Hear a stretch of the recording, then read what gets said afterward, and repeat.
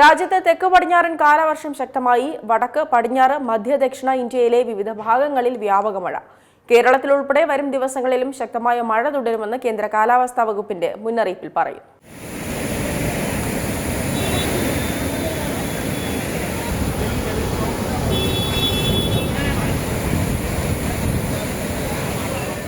നാലാം ദിവസവും തുടരുന്ന കനത്ത മഴയിൽ ജമ്മുകശ്മീരിൽ ജനജീവിതം ദുസ്സഹമായി. മണ്ണിടിച്ചിലുണ്ടായതിനെ തുടർന്ന് ജമ്മു ശ്രീനഗർ ദേശീയപാത അടച്ചു. ഉധംപൂർ മുതൽ ബനിഹാൽ വരെയുള്ള ഭാഗത്ത് നിരവധി സ്ഥലങ്ങളിൽ മണ്ണിടിച്ചിലിനും പാറവീഴ്ചയും റിപ്പോർട്ട് ചെയ്തിട്ടുണ്ട്. കാലാവസ്ഥ മെച്ചപ്പെടുകയും റോഡ് സുരക്ഷിതമാണെന്ന് പ്രഖ്യാപിക്കുകയും ചെയ്യുന്നതുവരെ ദേശീയപാതയിലൂടെ യാത്ര ഒഴിവാക്കണമെന്ന് നിർദ്ദേശം.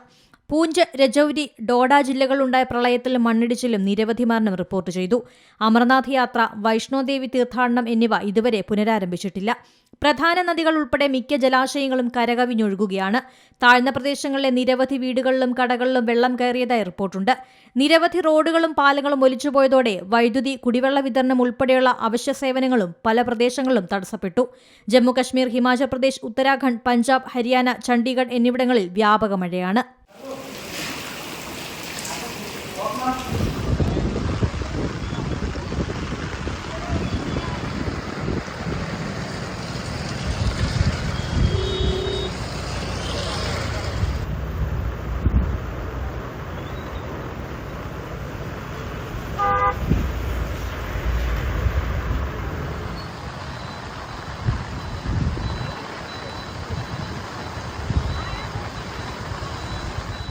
ഡൽഹിയിൽ ഇടിമിന്നലോടുകൂടിയ മഴയ്ക്കും മണിക്കൂറിൽ 30 മുതൽ 50 കിലോമീറ്റർ വരെ വേഗതയിൽ കാറ്റ് വീശാനും സാധ്യതയുണ്ട്.